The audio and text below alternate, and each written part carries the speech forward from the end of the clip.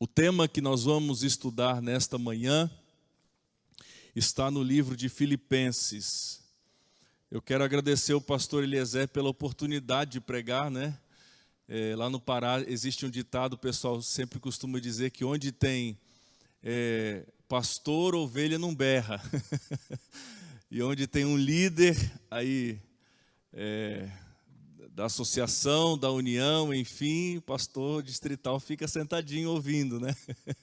Mas ele me deu a oportunidade aí e nós temos a responsabilidade de estudar a palavra de Deus. E eu peço que você permita que o Espírito Santo ilumine a sua mente. E antes de lermos o texto bíblico, eu quero convidar você a juntos orarmos ao Senhor.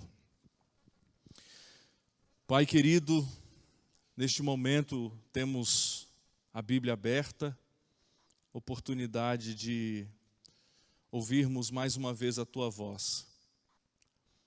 Pai, eu te peço que ilumine a nossa mente, abra o nosso coração para o entendimento da Tua palavra.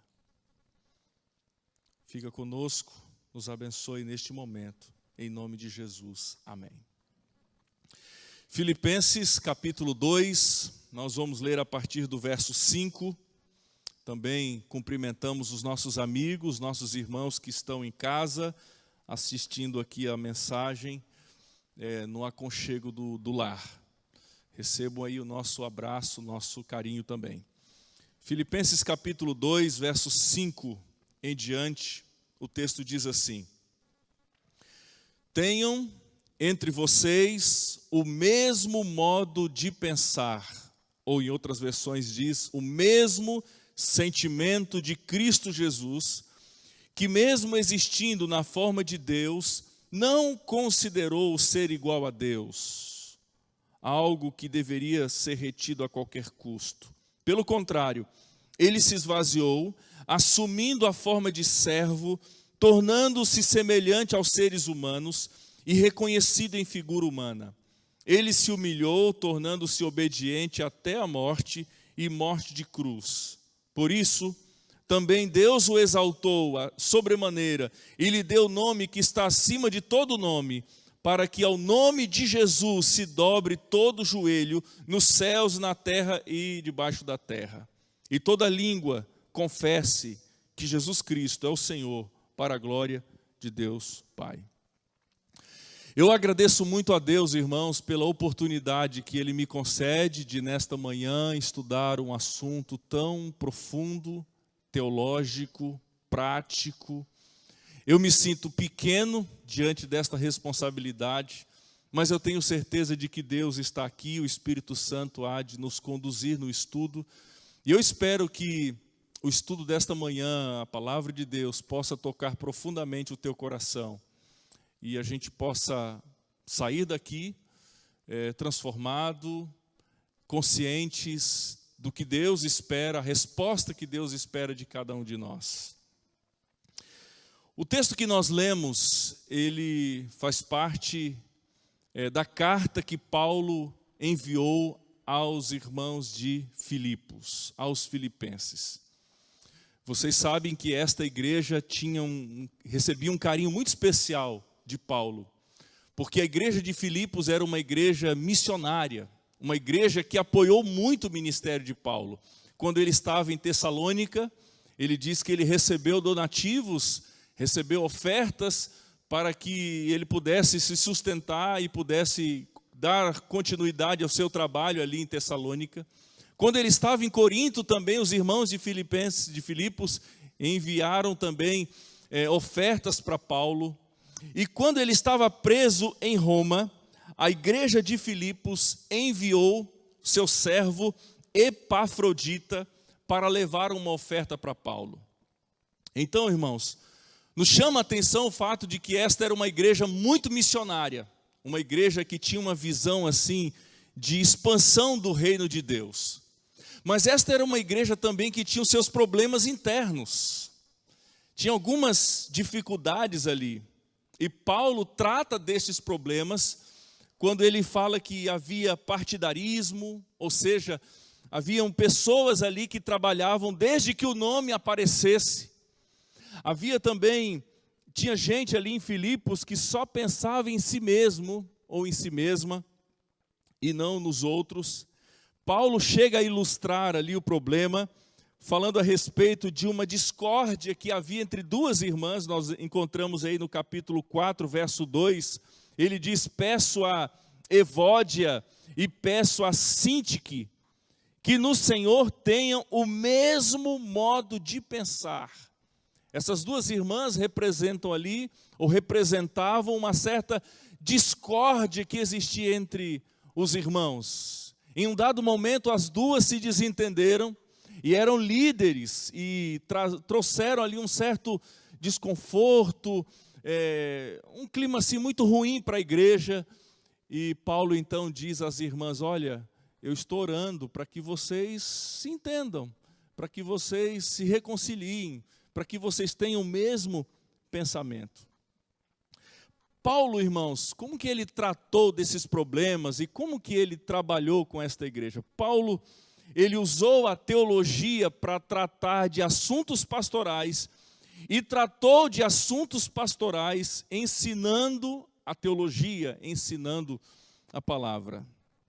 Nos versos que nós lemos aí, Paulo, ele vai levantar um dos textos mais fortes sobre a natureza de Cristo, quando ele começa dizendo: tende em vós o mesmo sentimento de Cristo.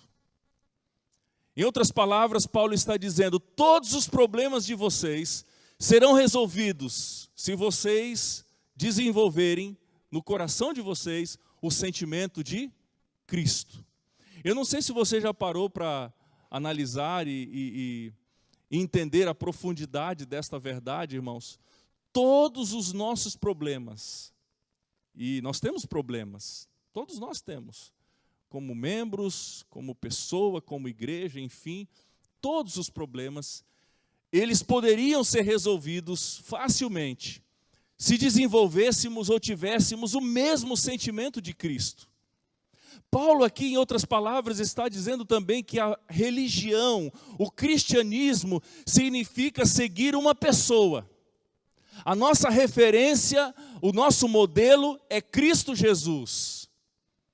E se nós seguirmos a Cristo, se nós procurarmos imitar a Cristo, nós vamos ter êxito, sucesso na vida espiritual e também sucesso nos relacionamentos.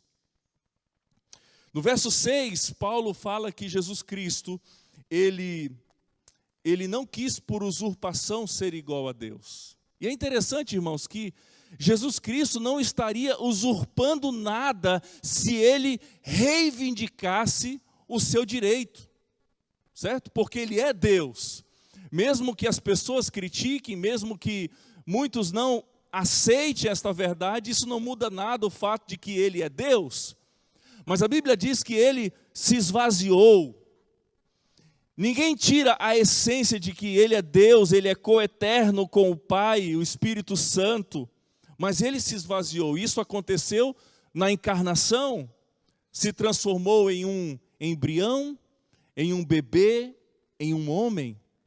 Eu gosto muito de uma frase do teólogo Leonardo Boff que diz que todo menino quer ser homem, todo homem quer ser rei, todo rei quer ser Deus, mas só Deus quis ser menino. Só Deus, ele desceu aqui a esta terra, se esvaziou, assumiu a forma de servo e veio para servir. Irmãos,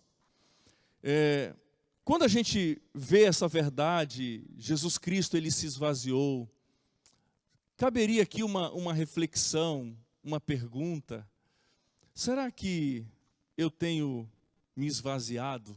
Será que não há necessidade de nos esvaziar de algumas coisas? Será que eu tenho me esvaziado do orgulho, do egoísmo, da vaidade, da ganância? Os problemas seriam mais facilmente resolvidos se procurássemos imitar Cristo e desenvolvêssemos o sentimento de Cristo Jesus. Mas o verso 7 aqui, Paulo diz que Jesus Cristo, ele se esvaziou e assumiu a forma de servo. Eu quero me deter um pouquinho nessa expressão, e o título que eu dei para esta mensagem é Coração de Servo. Como a gente pode desenvolver um coração de servo? Um dos maiores desafios da vida cristã, sem dúvida, é termos um coração de servo. Porque isso não é uma coisa tão fácil, ou não é algo tão instantaneamente que aconteça em nossa vida. A gente não nasce com a propensão de servir, e a gente tem muita dificuldade de ser servo. A resposta ao apelo de Paulo aqui, para termos o mesmo sentimento de Cristo, não é respondido automaticamente este apelo. A gente não ouve uma mensagem dessa e sai rapidamente dizendo, opa, a partir de hoje eu vou ser servo. Não, irmãos, porque nós temos resistência, demora, é difícil, envolve renúncia, envolve sacrifício.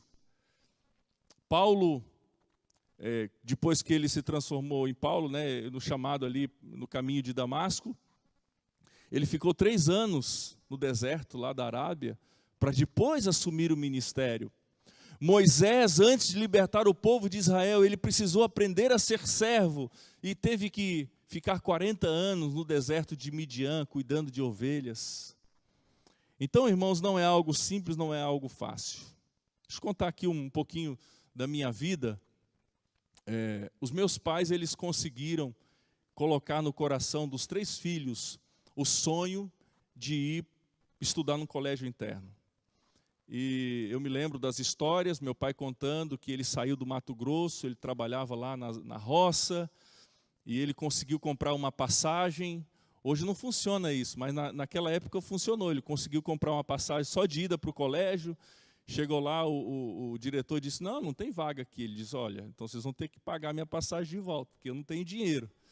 E aí ele teve que ficar lá. Depois ele conheceu a minha mãe no colégio, no IAP, em Curitiba. E se conheceram, enfim, se casaram. E eles conseguiram colocar isso na mente dos filhos. Olha, quando você tiver a idade, você vai para o colégio. E quando eu tinha 16 anos, eu recebi um formulário, né, para preencher ali, para ver se conseguia uma vaga de bolsista. Minha mãe comprou uma calça, eu ia trazer a foto aí, mas resolvi não trazer. Depois, outro dia, eu trago. Uma calça jeans, camiseta, um tênis novo. Pensa num rapaz assim elegante. Era uma foto de corpo inteiro que tinha que enviar para conseguir a bolsa, né? E no formulário eu tinha que preencher as minhas habilidades. E eu coloquei lá que eu havia trabalhado de marceneiro, sabia trabalhar com marcenaria, que sabia dirigir caminhão e trator. Aí eu pensei assim, eu vou conseguir alguma coisa, né, no colégio. Mas aí quando eu cheguei no colégio, irmãos, nos assuntos estudantis lá, o diretor interno falou para eu ir para a agricultura. Aí eu pensei, opa, vai trator, alguma coisa assim. Mas aí quando eu cheguei na agricultura, irmãos, me apresentaram uma enxada de 2,5 polegadas, Tramontina, novinha, irmãos, mas já amoladinha, né? Aí, irmãos, eu tive que ir para a enxada. Eu me lembro dos laranjais que a gente tinha que limpar, né? Um pomar assim que não acabava mais, tanta laranja. E cada enxadada que eu dava, eu ficava pensando, Senhor, mas eu não vim lá da roça, lá do mato, para continuar no mato aqui, né? Eu vim aqui para São Paulo para fazer teologia, para ser um pastor, enfim. E ficou meu tempo foi de 2 anos lá na agricultura, né, irmãos? 2 anos ali capinando e tal.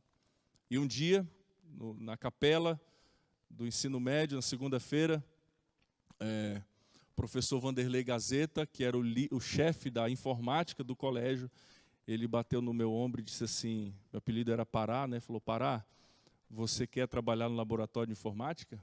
Falei, opa, agora mudou, né? Eu disse, aceito. Eu entendia de enxada, irmãos, de computador não entendia, mas eu falei, é comigo mesmo. Ele falou, olha, então amanhã você não vai precisar colocar aquele macacão lá que você ganhou da Adra, aquelas jaquetas que só chegava na metade do braço, né? Tem os braços meio compridos. Você vai colocar a tua roupa social e você vai se apresentar no laboratório de informática. Ô, benção. Fiquei 5 anos lá, irmãos, no laboratório. Aqueles 2 anos ali na agricultura me ensinaram grandes lições. Isso não significa que aqueles 2 anos foram suficientes para mim, para eu aprender a ser servo, porque ser servo é uma lição de uma vida inteira. E a gente constantemente nós estamos aprendendo a servir, porque isso demora tempo. Voltando aqui, irmãos, para o texto, é interessante que Jesus ele aprendeu a ser servo. E ele aprendeu a servir. Ele mesmo disse, eu não vim para ser servido, mas eu vim para servir. Ele serviu os indignos. Nós encontramos isso, inclusive, na cerimônia do lava-pés que nós participamos. Pedro lavou ali os pés dos indignos, Pedro que haveria de negá-lo, Judas que haveria de traí-lo. Jesus veio para servir também os doentes, os desamparados, sem buscar nenhuma recompensa. Jesus Cristo, ele veio para servir também aqueles que não eram lembrados, eram esquecidos da sociedade. Isaías, irmãos, ele falou sobre isso, e Paulo, possivelmente, ele tinha em mente o que Isaías, no capítulo 42, fala sobre o servo, a canção do servo. E ali Isaías diz que Jesus Cristo, ele não haveria de buscar aplauso, reconhecimento humano. O próprio Deus Pai, ele dá testemunho do Filho quando ele diz assim, eis aqui o meu servo, a quem eu sustento. Portanto, ser servo é permitir ser sustentado por Deus. É permitir e acreditar e ao mesmo tempo aprender a depender de Deus. Ele diz, a quem eu sustento, o meu escolhido, ele não clamará, não gritará, nem fará ouvir na praça a sua voz, não buscará reconhecimento. O servo não busca glória para si, ele não busca atrair aplausos, e é por isso que a posição, a disposição, a atitude de servo muito agrada o coração, alegra o coração de Deus. Nesta manhã, eu gostaria de falar um pouquinho rapidamente em 4 qualidades de um servo, baseado no texto de Filipenses capítulo 2, 5 em diante. Paulo começa dizendo que Jesus ele se humilhou, tornando-se obediente até a morte. A primeira característica, portanto, a primeira qualidade que nós encontramos aqui no texto de um servo é a obediência. Obediência, irmãos, não é um milagre que a gente experimenta no dia do nosso batismo. Ninguém se torna obediente em um dia apenas, em um momento único da sua vida. Mas obediência também, irmãos, demora um certo tempo. Hebreus capítulo 5, verso 8 diz que o próprio Jesus, ele aprendeu a obedecer pelas coisas que sofreu. E a primeira qualidade, portanto, de um servo, ele aprende muito cedo a obedecer. E eu quero acrescentar uma característica dessa obediência, que é obedecer com pontualidade, ser diligente na obediência. Vou contar uma historinha aqui que eu gosto muito. Diz que um pai observava o filho atravessando o rio ali numa ponte, onde passava um trem. E o pai observava o filho e ele percebeu que o trem se aproximava rapidamente e que o filho não teria tempo de correr e não havia também espaço ali para ele se afastar. A morte seria inevitável. Então ele grita para o filho, filho, deita. E o filho deitou e diz a história que o trem passou, todos aqueles vagões, E quando o trem passou, o menino se levantou, correu e abraçou o pai. O filho não ficou perguntando, mas por que, pai? Por que eu tenho que deitar? O filho não ficou questionando, mas ele obedeceu. Eu quero dizer uma coisa para você, meu querido irmão, irmã, amigos que estão aqui presentes e que nos escutam também. Preste bastante atenção. O diabo, ele está vindo como um trem descarrilhado, com um pacote, tá, irmãos? Um pacote de ideologias, de filosofias para destruir você, destruir a sua família, destruir a sua fé, destruir a igreja. E ele está vindo com força, irmãos. Com todos os ismos possíveis, você vai ouvir. E eu vou dizer mais, essas coisas estão vindo da onde você menos espera. As lives, os vídeos, e está vindo com força. Diz, pastor, você ouviu aí? Viu lá o vídeo? Está vindo com muita força, irmãos. Porque é muito fácil questionar. É mais fácil, na verdade, questionar do que obedecer. É muito mais fácil você ficar aí questionando as coisas, que as coisas não surgiram na criação, não foi Deus quem criou todas as coisas em 6 dias, que o modelo de família não precisa ser bem aquele modelo que está no livro de Gênesis. Então os questionamentos, eles vão surgindo. E tem muita gente que se desespera ou não entende essas coisas, mas preste atenção, olha o que diz lá em 2 Timóteo 4:3, você pode ler na sua Bíblia, irmãos. 2 Timóteo 4:3, Paulo diz assim, virá o tempo em que não suportarão a sã doutrina. Virá um tempo em que as pessoas não irão suportar a doutrina verdadeira. E esse tempo já chegou, irmãos. Nós já estamos vivendo.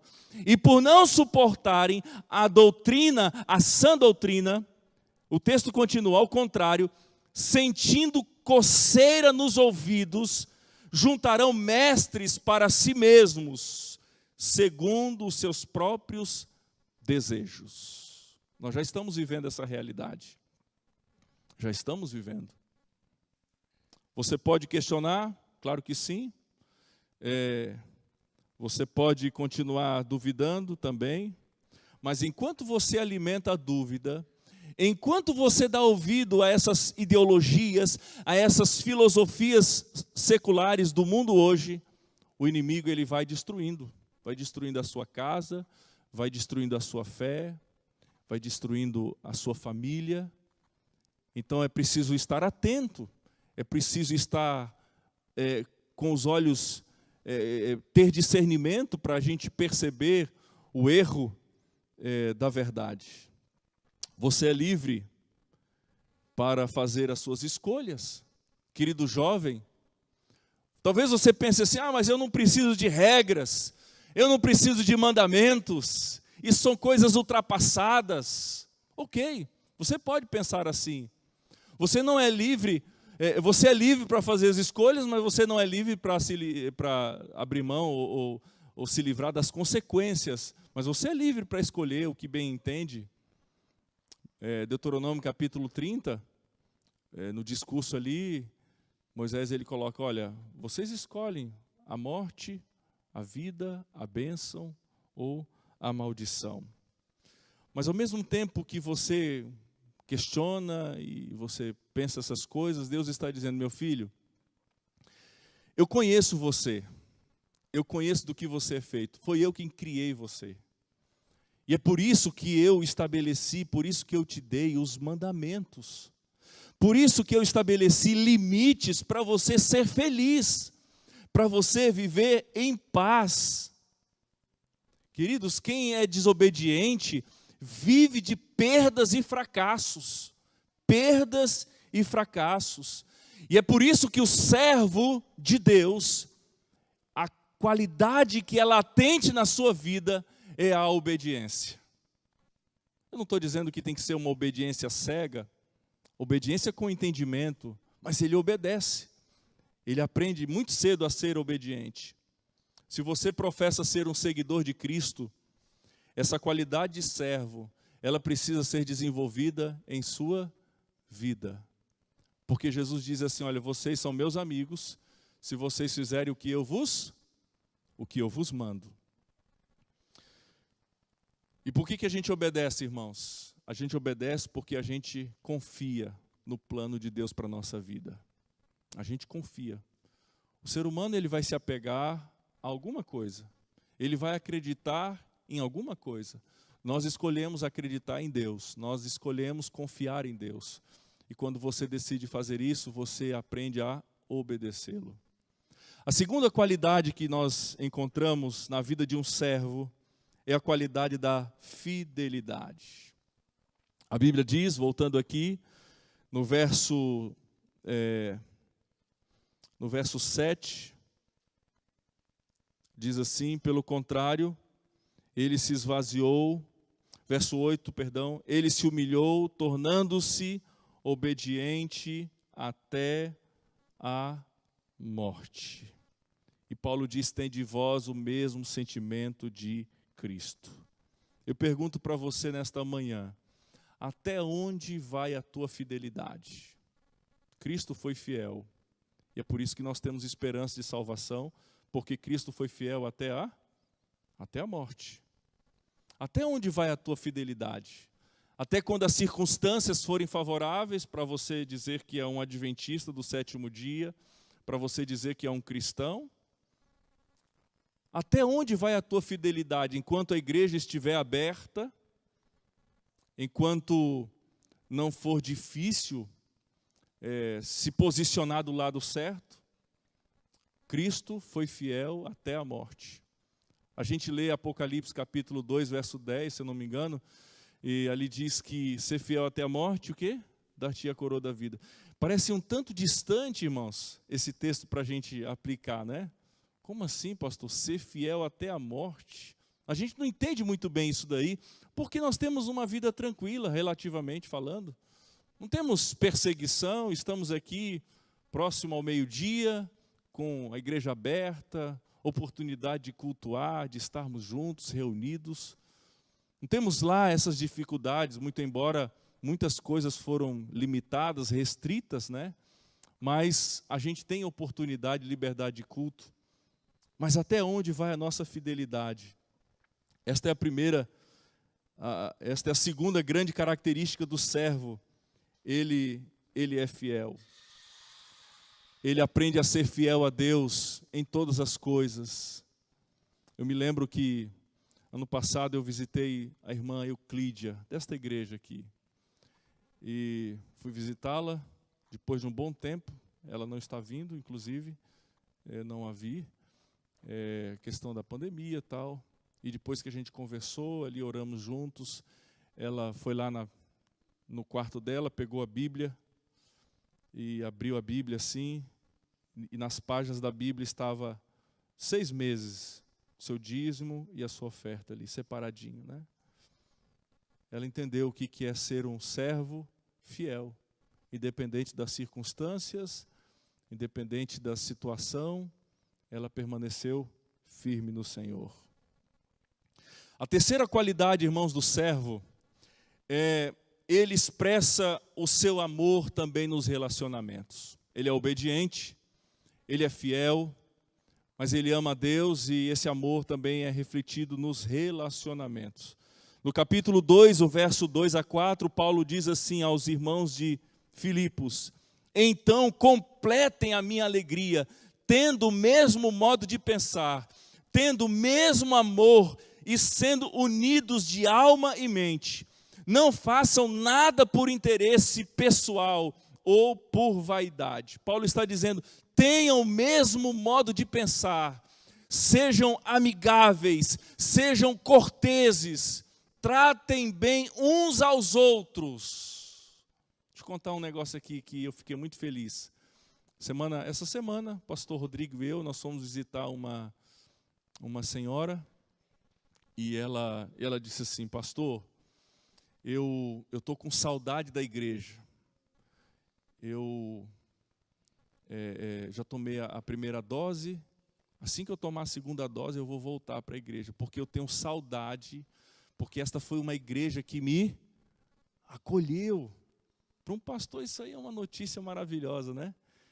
Ela disse assim, os irmãos lá são muito carinhosos, foram corteses comigo e me receberam bem, eu estou com saudade da igreja. Interessante que o que está fazendo ela ter o desejo de retornar para a igreja aqui é o carinho da igreja, o amor, né? E eu estava pesquisando aqui, irmãos, eu encontrei 2 textos que eu quero ler rapidamente aqui. O primeiro, Parábolas de Jesus, diz assim, ó, onde quer que haja um impulso de amor e simpatia, onde quer que o coração se comova para abençoar e amparar os outros, ali é revelada a operação do Espírito Santo. O Espírito Santo, ele se revela, ele opera no ambiente onde existe o quê? Amor, simpatia. Outro texto, esse aqui é mais conhecido. Se nos humilhássemos perante Deus e fôssemos bondosos e corteses, compassivos e piedosos, haveria o quê?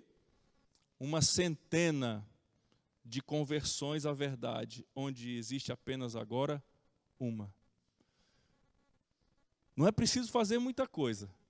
Mas se a gente fosse mais bondosos, corteses, amigáveis, muitas pessoas aceitariam o Evangelho.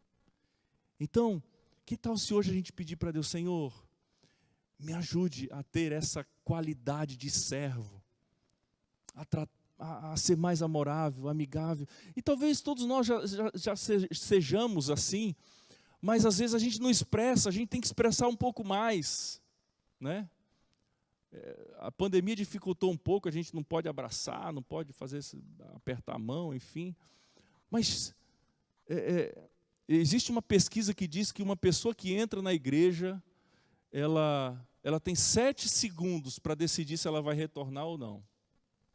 Em 7 segundos ela decide se ela vai voltar ou não. Não sei até que ponto procede essa pesquisa, mas existe uma certa verdade e coerência nisso. Então, que tal se a gente... né? Chegou alguém, apertasse a mão, ou desse um soquinho, perguntasse o nome da pessoa, da onde que ela está vindo, oferecesse a Bíblia. Vamos estar atentos a isso, irmãos. Haveriam 100 conversões se a gente ficasse mais atentos, ficássemos mais ligados a isso daí. Esta é uma característica, esta é uma qualidade que o servo precisa desenvolver. Amém? E eu quero terminar aqui falando da última qualidade. O verso 9. Filipenses 2, verso 9. Por isso, também Deus fez o quê com o Filho? O exaltou sobremaneira e lhe deu o nome que está acima de todo nome, para que o nome de Jesus se dobre todo o joelho, nos céus, na terra e debaixo da terra, e toda língua confesse que Jesus Cristo é o Senhor, para a glória de Deus o Pai. Eu quero chamar a tua atenção para um ponto importante aqui. Veja, irmãos, Jesus, ele se esvaziou, Jesus, ele se humilhou, Jesus assumiu a forma de servo, mas não está escrito que Jesus se exaltou. Ele se humilhou, ele se exaltou, ele se humilhou, ele se esvaziou, mas na hora de ser exaltado, é o Pai quem o exalta. E aqui, mais uma vez, cabe um princípio para a nossa vida. Cabe a mim e a você nos humilharmos diante do Senhor, nos esvaziarmos dos nossos orgulho, do nosso egoísmo, nos rebaixarmos, mas não cabe a nós nos exaltarmos. Quem exalta é Deus, é Ele quem exalta. E na sequência do texto diz que o Pai lhe dá o nome acima de todo nome, o nome de Jesus Cristo. Existe poder nesse nome? A igreja entendeu o poder desse nome, invocava esse nome. Por esse nome os enfermos eram curados, os demônios batiam em retirada. Diante desse nome ninguém pode resistir. É por esse nome, o nome de Cristo, é que nós somos servos de Deus. Um dia, a Bíblia diz que todo joelho dobrará diante do poder de Deus. E só para finalizar aqui no verso 11, é interessante que Jesus Cristo, ele é exaltado pelo Pai e ele devolve a glória para o Pai. Ele diz: toda língua confesse para a glória de Deus o Pai. Não existe mérito em nós mesmos, as qualidades, se existe alguma coisa boa que a gente faça, é para a glória e para a honra de Deus. Tudo, irmãos. Meu pai costuma dizer assim: olha, meu filho, o elogio é como uma flor, você cheira, mas não come. Então você recebe o elogio, agradece, mas não é para você alimentar-se do elogio, porque quem deu isso, quem fez isso é Deus, o Pai. Tudo é para a glória dele, tudo é para a honra dele. Eu quero concluir aqui fazendo um apelo para você nesta manhã. Eu pergunto para você, em algum momento da sua vida, você, porventura, tem esquecido de que Deus te chamou para ser servo? Será que em algum momento da sua vida você esqueceu que você é um seguidor de Cristo e como seguidor de Cristo você é um servo? Será que em algum momento da sua vida você deixou de ter o mesmo sentimento de Jesus? Ou deixou de buscar, desenvolver este sentimento de Jesus na sua vida? Será que em algum momento da sua vida você buscou aplausos, reconhecimentos humanos, simplesmente? Buscou ser servido ao invés de servir? Será que você esqueceu de desenvolver essas qualidades tão básicas, essenciais de um servo, que é aprender a obedecer, aprender a ser fiel a Deus em todas as coisas, aprender a expressar o amor nos relacionamentos? Será que em algum momento você esqueceu que a gente não busca exaltação própria? Toda honra e toda glória pertence ao Senhor. A solução, o remédio, Paulo nos dá. Ele diz: tende vós o mesmo sentimento que teve Cristo Jesus. Olhe para Jesus, contemple mais a sua vida, o seu ministério, e assim Deus vai começar a mudar o nosso ser, o nosso caráter, a nossa vida. Querido Deus, obrigado, Senhor, pela mensagem que estudamos na Tua Palavra nesta manhã. Quantas coisas, Senhor, aprendemos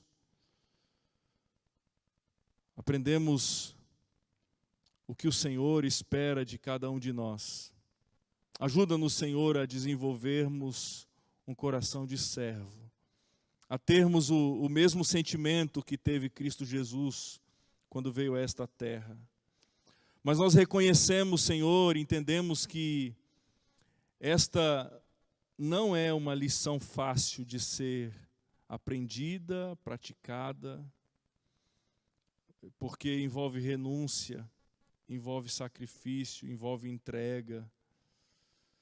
E só vamos conseguir fazer isso pela ação direta do Teu Espírito em nossa vida. Por isso, Pai de amor, nos ajude a desenvolvermos as qualidades de um servo. Ajuda-nos, Senhor, a sermos obedientes, a sermos fiéis a Ti, a expressarmos o nosso amor para com Deus acima de todas as coisas e para com o nosso semelhante. E faça, Senhor Deus, a Tua obra em nossa vida, para que todos os dias nós possamos nos esvaziar do nosso eu, que tenta nos dominar, nos esvaziar do orgulho, do egoísmo, porque a exaltação própria, ela não provém de Ti, mas é obra do inimigo. Mas sabemos que um dia o Senhor há de exaltar os Seus filhos. Por isso, Senhor Deus, nos ajude a buscarmos a cada dia fazer a Tua vontade e ter o Teu sentimento em nossa vida. Fica conosco, esteja conosco no preparo também para a ceia que teremos mais logo à tarde. Em nome de Jesus que oramos. Amém, Senhor. Amém.